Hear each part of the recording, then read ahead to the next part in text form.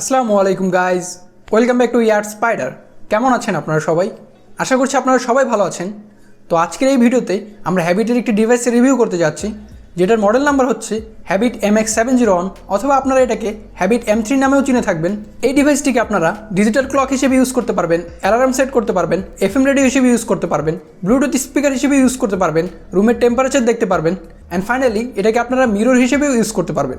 এত সব ফিচার সহ এই ডিভাইসটিকে আপনারা মাত্র 1000 টাকা বাজেটের মধ্যেই পেয়ে যাচ্ছেন। আজকের এই ভিডিওতে আমরা এই ডিভাইসটির সকল ফিচারগুলো নিয়ে ডিটেলসে আলোচনা করব এবং ফাইনালি আপনাদেরকে জানাবো এর কী কী পজিটিভ সাইড রয়েছে অথবা কী কী নেগেটিভ সাইড রয়েছে। সুতরাং আপনারা যদি এই ডিভাইসটিকে কিনতে চান তাহলে অবশ্যই পুরো ভিডিওটি দেখুন। আর আমাদের কাছে আজকের এই রিভিউ নিটি পাঠানোর জন্য ধন্যবাদ জানাতে চাই গ্যাজেট ট্র্যাক বিডিকে। গ্যাজেট ট্র্যাক বিডি একটি অনলাইন ভিত্তিক ট্রাস্টেড শপ। তাদের কাছে আপনারা যে কোনো ধরনের গ্যাজেট এবং অ্যাক্সেসরিজ খুবই কম প্রাইসে পেয়ে যাবেন। আর তাদের কাছে আপনারা এই Havit MX701 ডিভাইসটি বর্তমানে 990 টাকায় পেয়ে যাচ্ছেন। তবে আমাদের চ্যানেলের নাম বললে আপনারা অবশ্যই ডিসকাউন্ট পেয়ে যাবেন। চাইলে ঘুরে আসতে পারেন তাদের ফেসবুক পেজ এবং ফেসবুক গ্রুপ থেকে। তাদের সাথে কন্ট্যাক্ট করার সমস্ত ডিটেলস এই ভিডিও ডেসক্রিপশন বক্সে পেয়ে যাবেন। আপনাদের সাথে আবারও কথা হচ্ছে ইন্ট্রো এর পরে।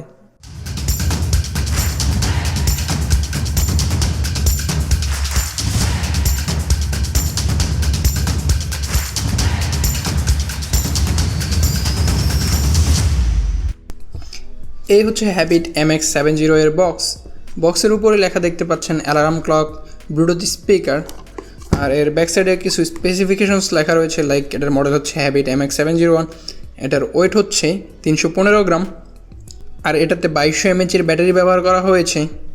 আর এটাতে মাইক্রোফোনের সাপোর্ট রয়েছে, যার সাহায্যে আপনারা 12 থেকে 16 ঘন্টা কথা বলতে পারবেন। যাই হোক, চার্জিং এবং ব্যাটারি ব্যাকআপ নিয়ে আমরা পরে কথা বলবো। আর এটাতে আউটপুট ভ্যালু হচ্ছে 5 ওয়াট এবং ইনপুট ভ্যালু হচ্ছে 5 ওয়াট বা 1 অ্যাম্পিয়ার।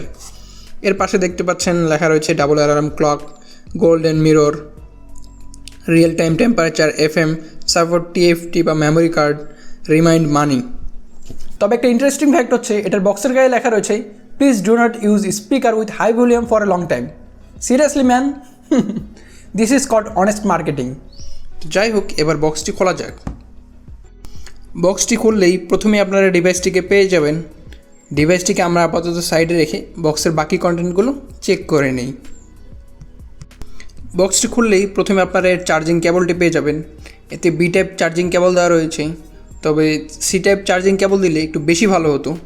মজার বিষয় হচ্ছে এর চার্জিং কেবলটির সাথেই অক্স কেবলটি লাগানো রয়েছে, অর্থাৎ 2 in 1।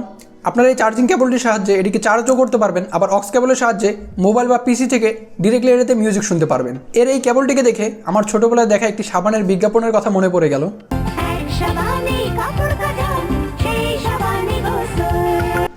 অ্যান্ড ফাইনালি আপনারা কিছু পেপারস এবং ইউজার ম্যানুয়ালটি পেয়ে যাবেন। এই ছিল Havit MX701 এর বক্স কন্টেন্ট। এবার কথা বলা যাক এই ডিভাইসটির ডিজাইন এবং বিল্ড কোয়ালিটি নিয়ে। এই হচ্ছে Havit MX701। এটাকে আপনারা টোটাল 3টি কালারে মার্কেটে অ্যাভেলেবেল পেয়ে যাবেন।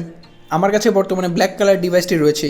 এটি পুরোটাই প্লাস্টিক বিল্ড, তবে এর উপরে রাবারের কোটিং দেওয়া রয়েছে, যার ফলে এটি দেখতে এবং হাতে নিলে একটা প্রিমিয়াম ফিল পাওয়া যায়।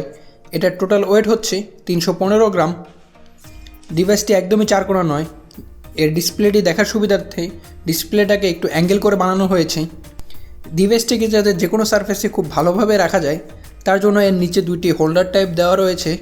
এর সামনের দিকে এখানে ডিজিটাল ডিসপ্লে ব্যবহার করা হয়েছে। আর এর ব্রাইটনেসটাকে অফ করি আপনারা এটাকে মিরর হিসেবেও ব্যবহার করতে পারবেন। ডিভাইসটির উপরের দিকে 6টি বাটন দেওয়া রয়েছে এবং এর মাঝখানে একটি মাইক্রোফোন পোর্ট দেওয়া হয়েছে। বাটনগুলোর কাজগুলো আমরা একটু পরে আপনাদেরকে বুঝিয়ে দিচ্ছি। বাম পাশের এরিয়া একদমই ফাঁকা। ডান পাশে TF কার্ড অর্থাৎ মেমোরি কার্ডের জন্য পোর্ট দেওয়া হয়েছে। আপনারা ডিরেক্টলি মেমোরি কার্ড লাগিয়ে এটাতে মিউজিক শুনতে পারবেন। এরপর B টাইপ চার্জিং পোর্ট দেওয়া রয়েছে।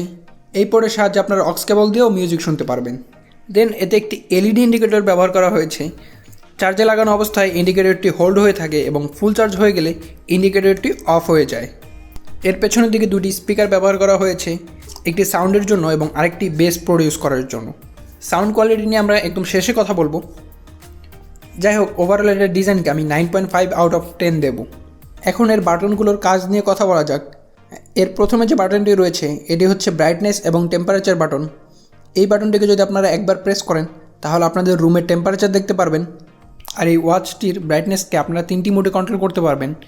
এই বাটনটিকে একবার প্রেস করে ধরে রাখলে ব্রাইটনেস একদম 0 হয়ে যাবে এবং আরেকবার যদি প্রেস করে ধরে রাখেন তাহলে লো ব্রাইটনেসে দেখতে পারবেন, এবং সেকেন্ডবার প্রেস করে ধরে রাখলে মিডিয়াম ব্রাইটনেসে দেখতে পারবেন, এবং যদি থার্ডবার প্রেস করে ধরে রাখেন তাহলে ম্যাক্সিমাম ব্রাইটনেসে দেখতে পারবেন।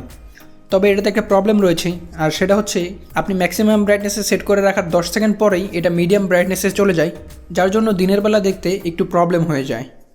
এরপর হচ্ছে সেট বাটন। এই বাটনটিকে যদি আপনারা একবার প্রেস করে ধরে রাখেন তাহলে আপনারা ঘড়ির টাইম সেট করতে পারবেন। যদি একবার প্রেস করেন তাহলে প্রথম অ্যালার্ম অন হবে, এবং যদি প্রেস করে ধরে রাখেন তাহলে প্রথম অ্যালার্ম সেট করতে পারবেন। আর টাইম সেট করার জন্য আপনাকে volume plus minus button use করতে হবে। একইভাবে আপনারা আরও একটি, অর্থাৎ এই ঘড়িতে আপনারা টোটাল 2টি অ্যালার্ম সেট করতে পারবেন। এরপর রয়েছে এম বাটন বা মোড বাটন। এই বাটনটিকে যদি আপনারা একবার প্রেস করেন তাহলে অক্স কেবল মোড অন হবে, এবং যদি সেকেন্ডবার প্রেস করেন তাহলে ব্লুটুথ মোড অন হবে, এবং যদি থার্ডবার প্রেস করেন তাহলে এফএম রেডিও অন হবে। আর যদি এফএম রেডিও অন থাকা অবস্থায় আপনি এই প্লে পজ বা অন অফ বাটনটিকে প্রেস করেন তাহলে এটি অটোমেটিক্যালি এফএম রেডিও সবগুলো চ্যানেল একা একাই সেট করে নেবে।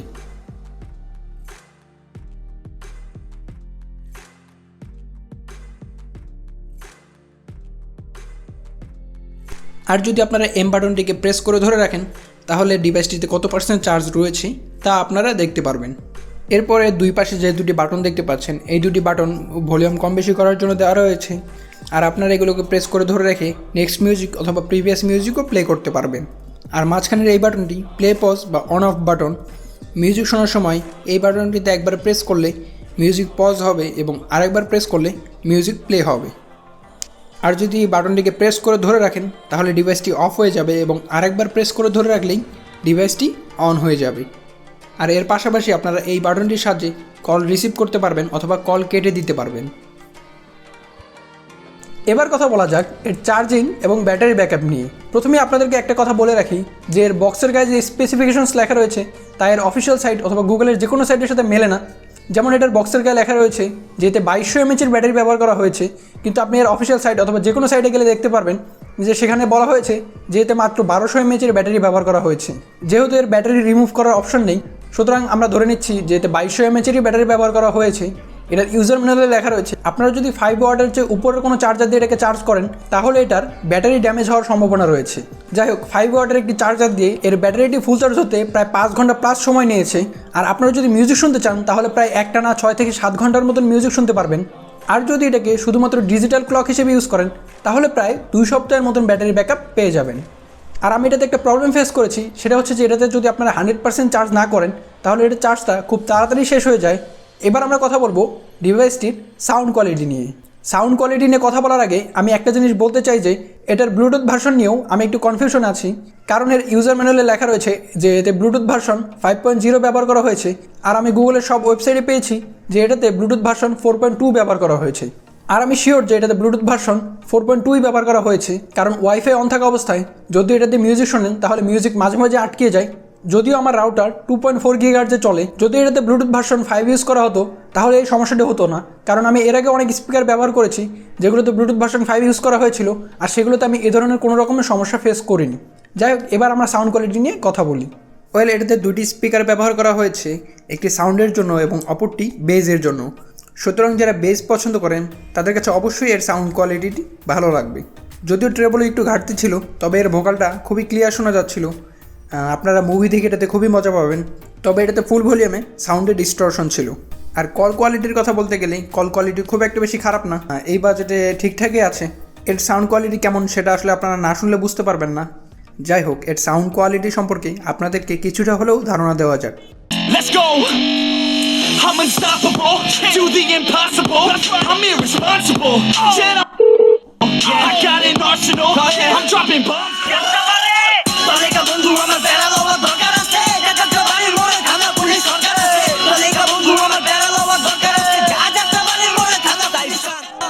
Yeah, everybody knows that I'm breaking down, everybody knows I ain't faking now, everybody knows my heart's faking now, yeah she hates me now. Negative সাইডের কথা বলতে গেলে প্রথমেই বলতে হয় যে এটা সাউন্ড খুব একটা লাউড না, এটার অ্যালার্মের সাউন্ডও খুবই কম। ঘুম ভাঙানোর জন্য যেটা যথেষ্ট না, সাউন্ডটা আর একটু লাউড হলে বেশি ভালো হতো। সেকেন্ড হচ্ছে এটার ওয়াচের ব্রাইটনেসটা খুব একটা বেশি না, দিনের বেলা দেখতে হালকা একটু প্রবলেম হয়, তবে সেটা খুব একটা বেশি বড় প্রবলেম না। এর ঘড়ির ব্রাইটনেসটিকে আপনারা 3টি ধাপে সেট করতে পারবেন। ম্যাক্সিমাম ব্রাইটনেসে দেওয়ার পরেও কিছুক্ষণ পরে এটা মিডিয়াম ব্রাইটনেসে চলে যায়। তবে এটা খুব একটা বড় ইস্যু না, দেখতে দেখতে আপনার অভ্যাস হয়ে যাবে। থার্ড হচ্ছে এটাতে ওয়াইফাই অন থাকা অবস্থায় মিউজিক যে মাঝে মাঝে আটকে যায় সেটা আপনাদেরকে আগেই বলেছি। ফোর্থ হচ্ছে এটার ওয়াচটা 24 আওয়ার্স ফরম্যাট, অর্থাৎ 12টার পরে 13টা বাজবে, যেটা অনেকের কাছেই পছন্দ না। ইভেন আমার কাছেও এটা খুব একটা বেশি ভালো লাগেনি। এটাকে 12 আওয়ার্স করার কোনো ধরনের অপশন দেওয়া হয়নি। এটা আমি বলবো যে এই ওয়াচটার সবচেয়ে বড় ডিসঅ্যাডভান্টেজ। অ্যান্ড ফাইনালি এবার আপনাদেরকে বলি এই ডিভাইসটি কেনা আপনাদের উচিত হবে কি না। ওয়েল, এটাকে যদি আপনারা শুধুমাত্র ব্লুটুথ স্পিকার হিসেবে ব্যবহার করার জন্য নিতে চান তাহলে এটি না নেওয়াই আপনাদের জন্য ভালো হবে, কারণ মার্কেটে আপনারা এই বাজেটে এর চেয়ে ভালো সাউন্ড কোয়ালিটি সম্পন্ন ব্লুটুথ স্পিকার পেয়ে যাবেন। কিন্তু আপনারা যদি এটাকে একটা ফুল প্যাকেজ হিসেবে চিন্তা করেন, লাইক আপনারা এটাতে মিউজিক শুনবেন, ঘড়ি দেখবেন, টেম্পারেচার দেখবেন, FM রেডিও শুনবেন, তাহলে আপনারা অবশ্যই এই ডিভাইসটিকে নিতে পারেন, কারণ 1000 টাকা বাজেটের মধ্যে এটা খুবই একটা ভালো চয়েস। 1000 টাকা বাজেটের আর কোনো ডিভাইসে আপনারা এই ধরনের ফিচার পাবেন না। তো এই ছিল হ্যাবিট MX701 এর রিভিউ। আজকের রিভিউটি আপনাদের কাছে কেমন লেগেছে, অথবা আমি যদি কোনো ইনফরমেশনে মিস করে থাকি তাহলে অবশ্যই নিচে কমেন্ট বক্সে কমেন্ট করে জানাবেন। আর আমাদের আজকের এই রিভিউটি যদি আপনাদের কাছে ভালো লেগে থাকে তাহলে অবশ্যই আমাদের চ্যানেলটিকে সাবস্ক্রাইব করবেন। আর আপনারা চাইলে আমাদের ফেসবুক পেজ অথবা ফেসবুক গ্রুপে জয়েন করতে পারেন, লিঙ্ক এই ভিডিও ডেসক্রিপশন বক্সে পেয়ে যাবেন। দেখা হচ্ছে নেক্সট ভিডিওতে। Till then take care, tata, bye by.